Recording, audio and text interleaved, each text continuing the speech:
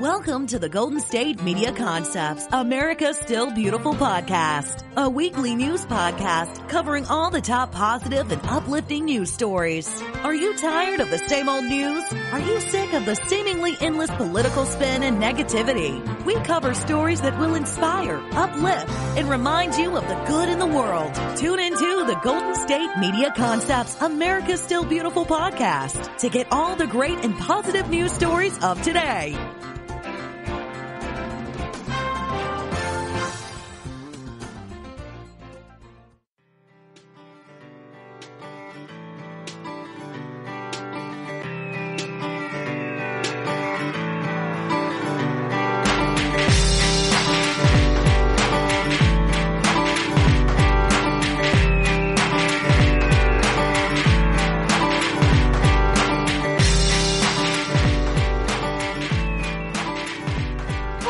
Welcome to GSMC, America's Still Beautiful podcast, brought to you by the GSMC Podcast Network. I am your host, Alyssa Jo, and for today's episode, I'm going to start with a story about 4 teenage boys who have been hailed as heroes.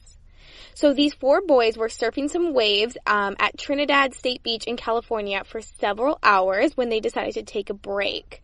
So it is obviously colder months and the water that they're sitting in is freezing, right? So they're relaxing, sitting on their boards in the freezing cold water, just to say, and they heard cries for help. But since the weather was really foggy, it was a cold evening, so they actually had to push their way through the mist in order to locate the yelling, where they found 2 swimmers splashing around in the ocean with their heads just barely above the water. And they were about 100 feet away.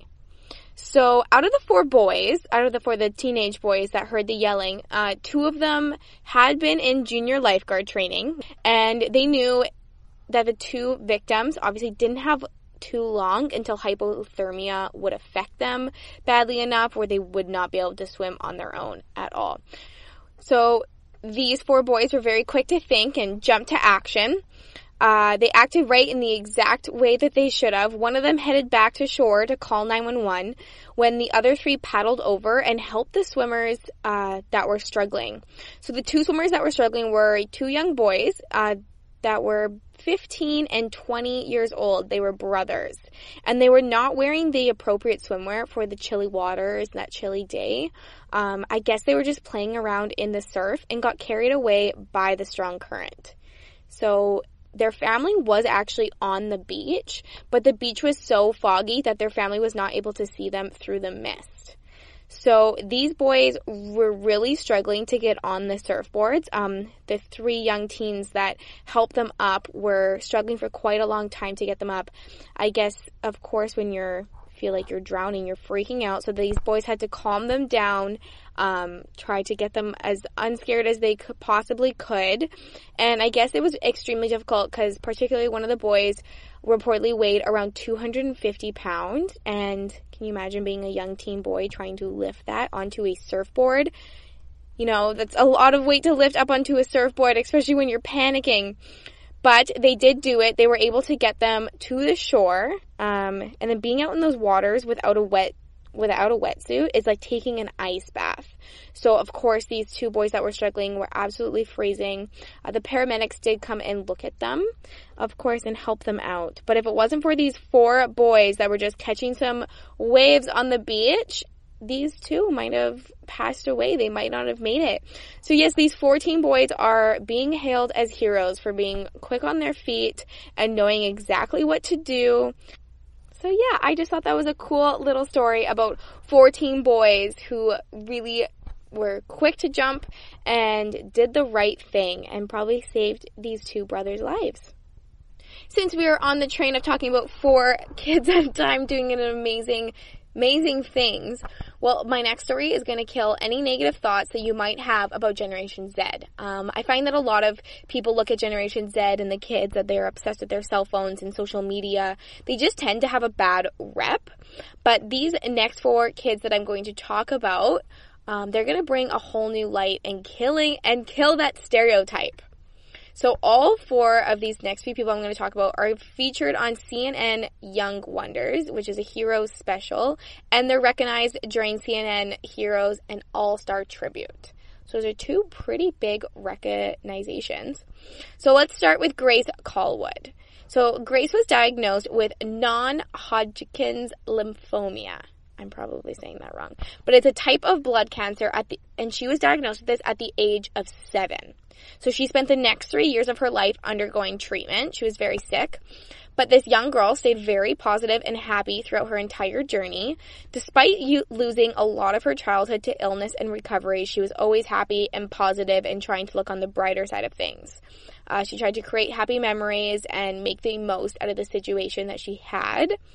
And she just wanted to do that for others, specifically other kids.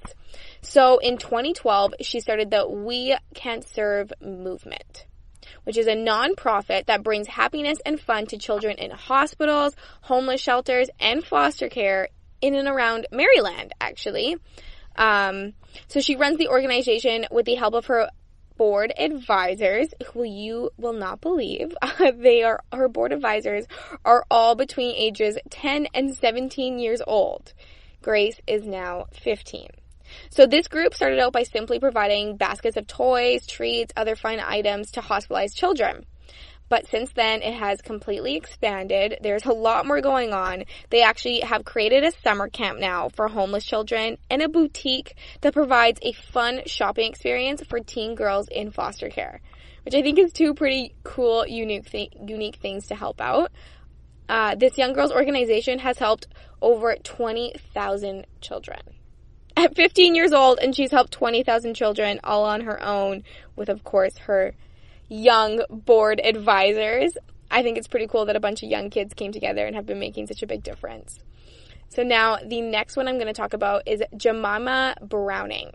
So she is a swimmer, and she swam competitively throughout her teen years. She absolutely fell in love with the sport. So she grew up doing, she absolutely loved it, spent all of her time. But she realized that her young brother, who has Down syndrome, didn't have the same opportunities as she did. So now she is 18 years old, but she created the Taskcaster Stingrays, which is an inclusive swim squad for young people with intellectual and development disabilities. So it's kids between 11 and 18, and they train with their friends. They even actually compete with this squad, and they just get to experience the feelings of being on a team and being coached. And believe it or not, some of these swimmers have now been recognized into the mainstream squad for additional training. So I think that's pretty cool. She fell in love with the sport and wanted to share that with absolutely everybody. Now, Bradley Ferguson grew up in Atlantic City, where he learned about the economic impact on his community after a few casinos in his town closed. He became aware of homelessness and food insecurity that people in his community were suffering with.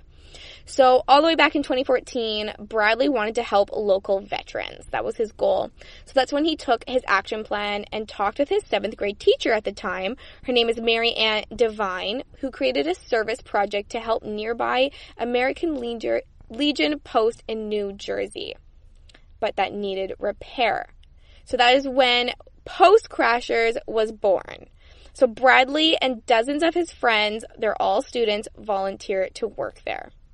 So after some time, this young group have renovated the post. They have even built a victory garden in the backyard where the young volunteers harvest fresh produce for the community. And Bradley is now 18 years old, and his group and him, they prep and serve meals for the veterans living in transitional housing. So now, to sum up this amazing young boy, he has raised thousands of dollars in grant money, he's donated countless meals to veterans, and begged lunches for local shelters. Pretty freaking cool. Now my next one, last but not least, his name is Jaquil Jackson.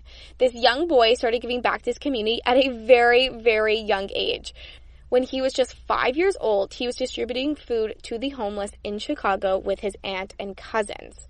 Obviously at 5, he is such a young age, but he was impacted by seeing people on the streets in his community, and he wanted to find a way to help him. So at the age of 8, he started Project I Am. So Project I Am is a non-profit organization where they distribute bags filled with hygiene products and other necessary items for people's everyday life. Jack Heel likes to call them blessing bags, which is so cute. They are assembled by him and the help of his community members and young volunteers. So in the last 3 years, he's given more than 30,000 of these blessing bags out. With this little man's effort, he even got to meet the president. President Obama tweeted about him back in 2017, and not too long after, they actually met. So that's pretty cool, being so young and meeting the president because of his efforts for his community and the world. That is so cool. So that sums up the 4 kids that I wanted to talk about that are being recognized on some pretty big platforms with CNN. It's so cool to see young kids really doing what they can for their community and the world and taking initiative at such a young age. So yes, it is time for a break now, but when we get back, I have some stories talking about homelessness, and they are definitely feel-good stories. So stay tuned. You don't want to miss it.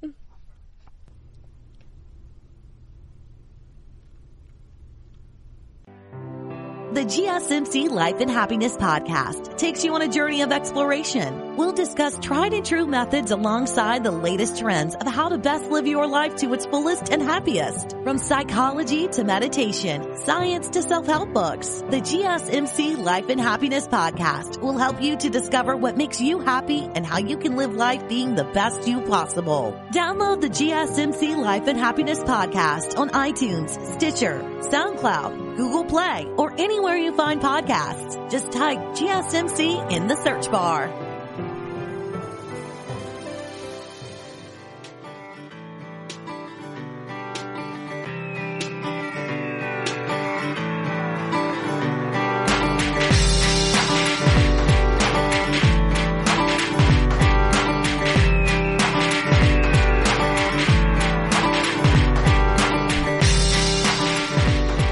Back to GSMC America's Still Beautiful podcast, brought to you by the GSMC Podcast Network. Like I said before the break, I have some very touching stories about homelessness that I think will really touch your heart.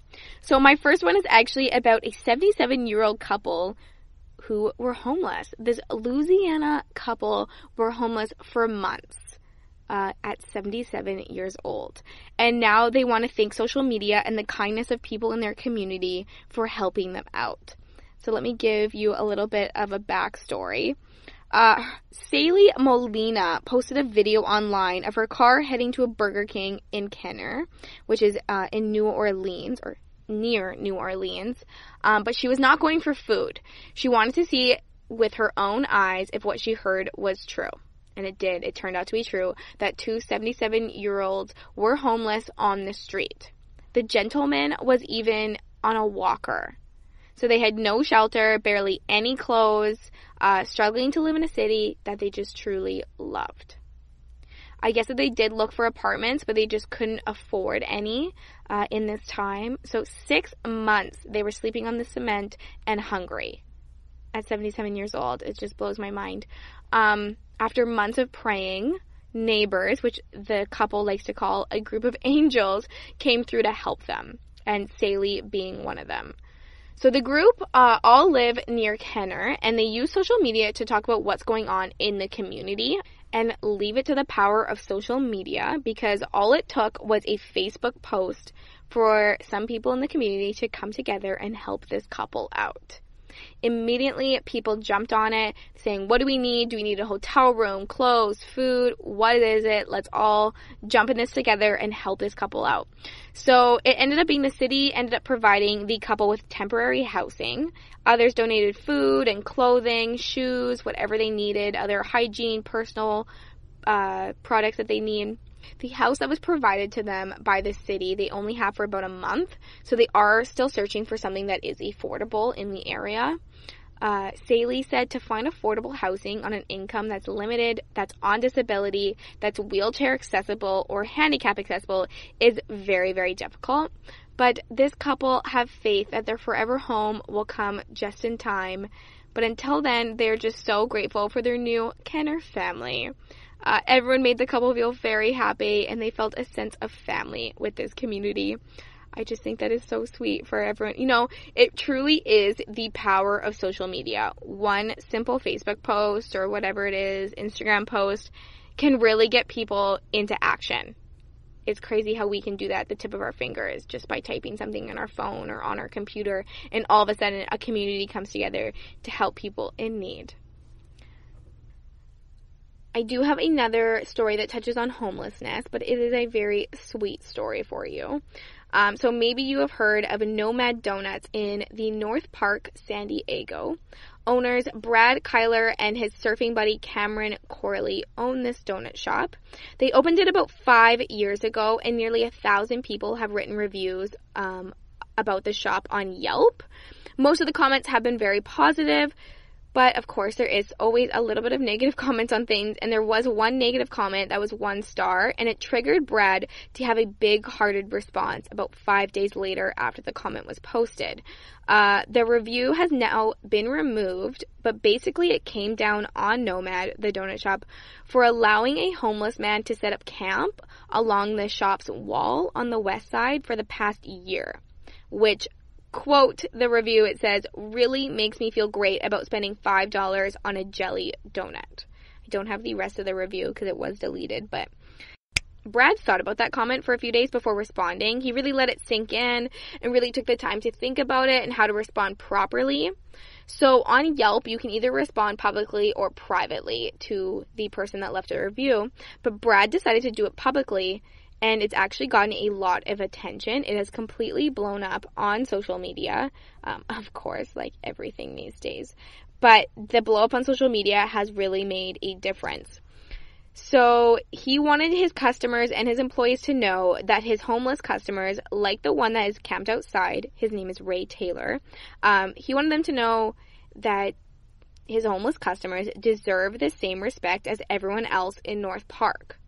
So this is what he wrote. I understand how you feel, and it's not easy to look at.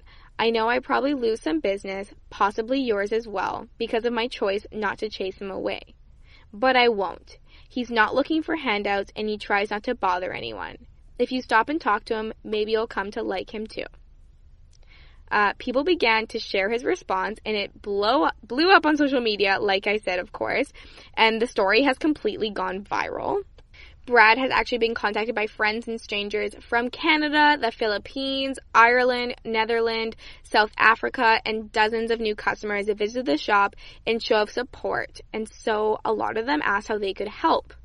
This is when Brad decided to start a GoFundMe page account for Ray Taylor, and it has actually raised more than $2,000, to which Ray has of course shown his overwhelmed with gratitude by the response from people, because he's so used to being treated poorly or just completely ignored, seen as invisible by people walking by. At first, he was self-conscious about it because he didn't know how people would react, but now everyone is coming up and talking to him, showing their respect, asking about his story. So I thought I would give a little bit of a background information about Mr. Ray Taylor. So he was actually born and raised not far away from North Park. He lived a modest but comfortable life working in electronics assembly and as a delivery man and handyman. But unfortunately in 2007, he invested his savings into a startup company aimed at making fuel-efficient towing vehicles. But it failed. So he has actually been on the streets since 2011, following a series of career and health setbacks that occurred during the recession. His job with San Diego semiconductor firm was outsourced, and then he was unable to find work, completely out of money, and he had no health insurance to pay for his very badly needed knee and hip replacement surgeries. So he made the decision to become homeless. His plan was to qualify for Social Security disability payments and Medicare to cover his surgeries. Since he paid for disability and Social Security taxes for decades, he thought it was fair to ask the government for some help. So basically, to sum it all up, it was a financial decision to become homeless, not a drug or alcohol addiction or a moral breakdown, says Ray. So things didn't work out as planned for him, and he gets anxious around other people and says that he's been let down too many times to count. So he has developed aversion to homeless shelters, the police, church groups, and government officials. He never got the surgeries, so he doesn't drink, he doesn't do drugs, and he doesn't panhandle, which has been confirmed by Brad. But Ray stays strong and is very proud of his independence. He has no living family members, and his only possessions are a cane, a pushcart with a broken wheel, some blankets, clothing, and a couple personal items. He gets by with $6.36 in food stamps a day and the occasional gift of a free donut, coffee, tacos, whatever is offered to him that's nearby. So that's a little bit of background about him. And now a background about Brad. So he was actually born in South Africa, but he grew up in Canada and moved to San Diego in 2000. He was in technology and software sales. He got into the donut business in 2014 when his buddy asked for his help writing a business plan for a gourmet donut shop, and then they became business partners. So Nomad Donuts is actually known for its ever-revolving variety of globally flavored pastries. Like its Philippines-inspired, I'm not gonna say this right, Ube Toro cake donuts, Mexican hot chocolate Cheerio-style crullers, and Cuban-themed cream cheese guava donuts. They sound very interesting. The restaurant also makes in-house Montreal-style vegan bagels, which Brad describes as slightly sweeter, denser, and more flavorful than the New York variety. When it first opened, Nomad Donuts was in a 670 square foot space on 30th Street. As sales grew, the business relocated in 2016, and it is now in a 3,200 square foot location. And he said the homeless community on by the university is much larger than at the former location he was at. And actually, occasionally, he has had to call the police to escort out some of the customers with meth addictions or mental illness who have become destructive. But, of course, none of these problems have ever been with Ray Taylor. I guess Ray's presence has also discouraged littering and graffiti along the wall when he sits there on the street. So Brad actually likes it that Ray sits there right outside his shop. And now to sum up this story, Ray said that one day his dream is to have an apartment and get the surgeries that he needs so he can become more self-sufficient. But he said he will be using the GoFundMe money for some gift cards for food and personal needs in the meantime. I just wanted to tell that story because I think it really touches base on, you can't really judge a book by its cover. Brad really took the time to get to know Ray instead of judging the book by the cover and shooing him away or whatever the case may be. And I think this turned out to be a really wonderful story. It is time for a break, but when we get back, I have a story about an eHarmony match that was a lot more than just love, and a very, very interesting story about sustainable coats. It is a vegan coat, and it is now available. So stay tuned, don't go anywhere.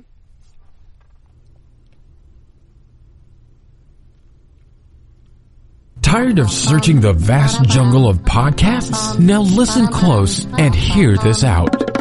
There's a podcast network that covers just about everything that you've been searching. Hey! The Golden State Media Concepts Podcast Network is here.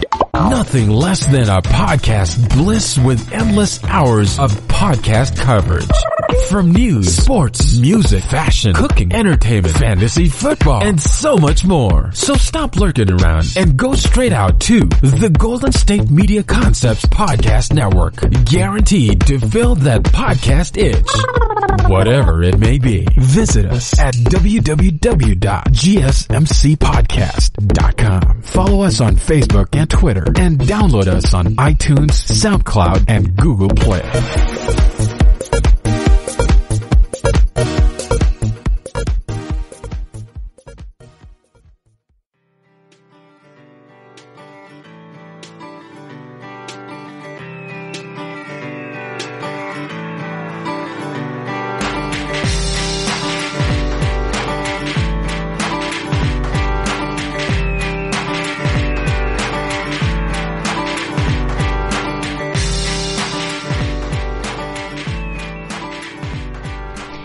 are back to GSMC America's Still Beautiful podcast. Like promised, I do have a story about an EHarmony match that was a lot more than love, and I mean that.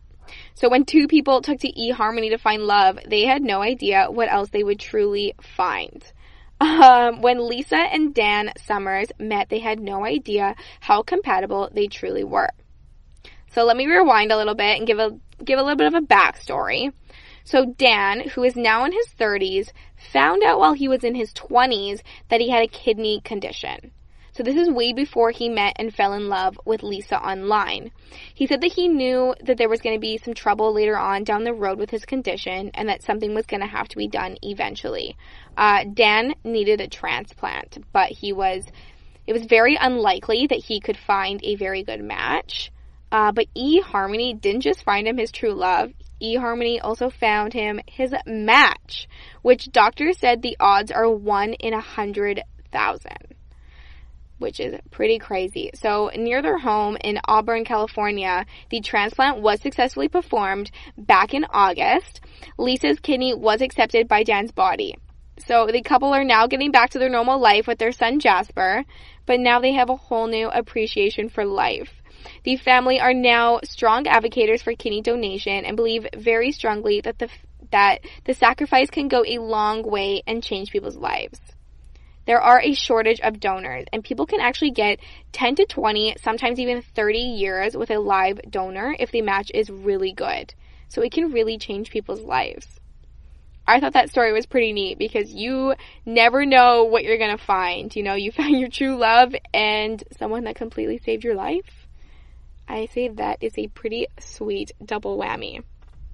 So, you may not believe in Santa Claus, but you are about to believe in Secret Santa. I'm not kidding. There is a real-life Secret Santa. Of course, he is anonymous, hence the Secret Santa part. But he is a wealthy businessman who travels the world giving $100, $200, $300 to random strangers. Every year, he does this. And so the bus drivers in Milwaukee were his elves this year. And trust me, you are going to be wanting to be one of his elves one day as well. Usually, Secret Santa finds his targets in thrift stores, but this year was a little bit different. He recruited elves from the Milwaukee County transit system because he knows the drivers are always doing kind deeds, whether it's stopping the bus to fetch a pair of lost children's shoes, helping a turtle cross the street, or rescuing a child out wandering alone. It is a real culture of kindness, and I guess this Secret Santa has noticed this. So he said, we are going to be on the biggest sleigh we've ever had, and the magic is going to be gold dust flying across the city. And he wasn't kidding. The rest of the day, the 5 different drivers gave out thousands of dollars worth of $100 bills just to random people on the street, random people on the bus. And of course, the money was greatly appreciated by everyone.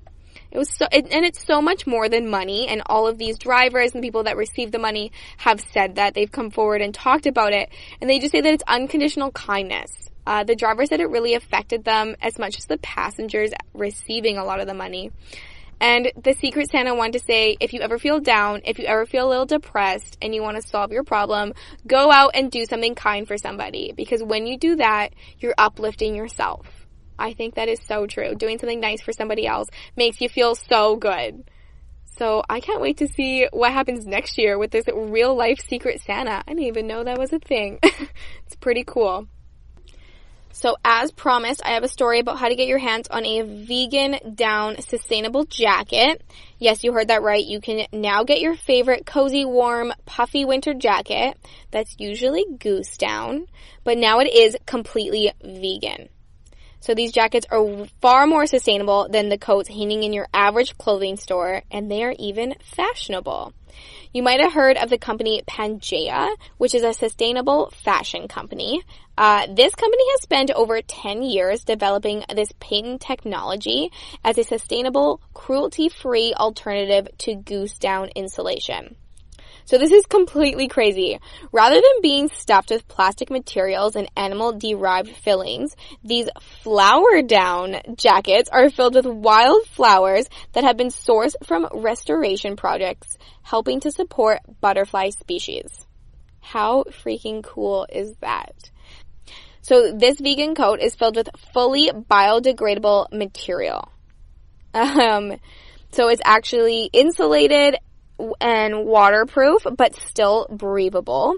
So this is a quote from the company. It says, "The wildflowers we source are from areas which contribute to habitat restoration. The aerogel is reportedly made out of 85% recycled paper and several other renewable, non-toxic, and biodegradable materials." And this is actually the world's first green aerogel. It cannot be named as an entirely plastic-free since the outer layer of the jacket and the lining are made out of nylon and polyester. But the company Pangea says all their plastics are made from recycled materials in order to maintain a zero waste production cycle. So that's pretty cool. 10 years to figure out this technology. The regular size coats are currently being sold on their website for $550 each. I mean, I guess if it's completely vegan, it must be great quality. You're doing good for the environment. $550 on their website. Now, grab your binoculars if you're one of the lucky people living on the east coast of the United States.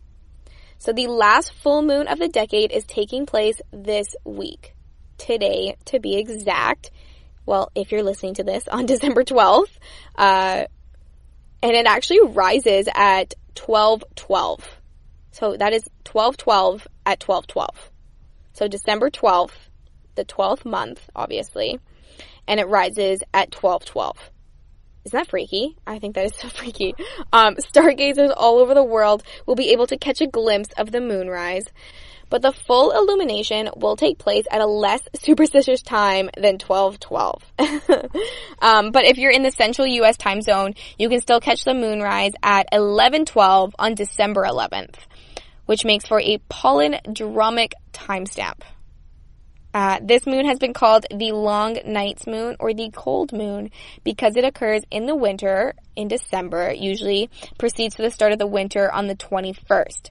Of course, meaning that the nights will start getting longer and colder, and the moon will sit above the horizon for a longer period of time. So I hope you're listening to this on December 12th, so you can plan to grab your binoculars, if you can, if you're in the right place, to see the last full moon of the decade. So I'm going to leave you on that note, and that is all the great stories that I have for you today. As always, thank you so much for listening to GSMC America's Still Beautiful podcast, brought to you by the GSMC Podcast Network. I am your host, Alyssa Jo. Don't forget to hit that subscribe button, like and follow us on social media, and leave a 5-star review. I already look forward to sharing more great stories with you next time. Thank you. You've been listening to the Golden State Media Concepts, America's Still Beautiful podcast, part of the GSMC Podcast Network. You can find this show and others like it at www.gsmcpodcast.com. Download our podcasts on iTunes, Stitcher, SoundCloud, Google Play, or anywhere you find podcasts. Just type in GSMC to find all of our shows. From the GSMC Podcast Network, from social media news to marketing news, and even weird news, the GSMC Podcast Network has you covered. You can also follow us on Twitter and Facebook. Thank you, and we hope you have enjoyed today's episode of the Golden State Media Concepts, America's Still Beautiful podcast.